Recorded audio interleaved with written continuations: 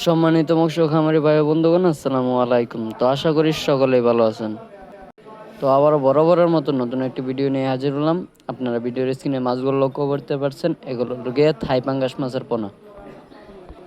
তো আজকে আলোচনা করব এই থাই পাঙ্গাস মাছ কীভাবে চাষ করবেন, এবং কি 4 থেকে 5 মাসে বাজার যাতায়াত করবেন, এবং কি 2 থেকে 2.5 কেজি গড়ে তুলবেন, এবং কি সর্বপ্রথম আপনার যে কাজটি করতে হবে, বড় মা মাছের রেণু ও পোনা সংগ্রহ করতে হবে, এবং কি পোনাগুলো হতে হবে অরিজিনাল থাই পাঙ্গাস মাছের পোনা, এবং কি আপনারা লক্ষ্য রাখবেন এবং কি মা মাছটা বড় হয়।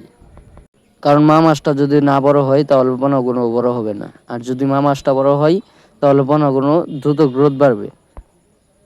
আর দ্বিতীয় যে বিষয়টা ওইটা আপনাদের লক্ষ্য রাখতে হবে, মাছটা যাতে বড় ছোট না হয়ে যায়, যেরকম 18 থেকে 20 যাতে না হয়ে যায়, 19-20 হইলেও কোনোরকম চলবে।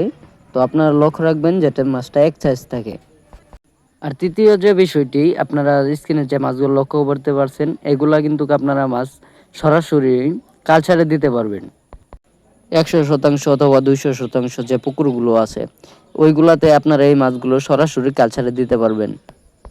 এই মাছগুলো প্রতি শতাংশে 120 থেকে 150 পিস পর্যন্ত দিতে পারবেন। এর বেশি দিলে মাছের সঠিক গ্রোথ আসবে না। তো এছাড়াও আরেকটি বিষয় লক্ষ্য রাখবেন, মাছের খাবারের পরিমাণ যদি 40 কেজি থাকে, যদি আপনি 20 কেজি দেন তাহলে মাছের সঠিক গ্রোথ বাড়বে না। তো এ ছিল আজকের ভিডিও। তো আশা করি ভিডিওটি ভালো লাগলে এবং কি মাছ চাষ পরামর্শমূলক ভিডিও পেতে অবশ্যই আমাদের চ্যানেলটি লাইক এবং কি সাবস্ক্রাইব করে রাখবেন। তো আমাদের কাছে আরও বিভিন্ন সাইজের মাছের রেণু ও পোনা রয়েছে। এই থাই পাঙ্গাস মাছের পোনাগুলো আপনারা নার্সিং করার জন্য আমাদের কাছে আরও বিভিন্ন ধরনের সাইজের পোনা পেয়ে যাবেন।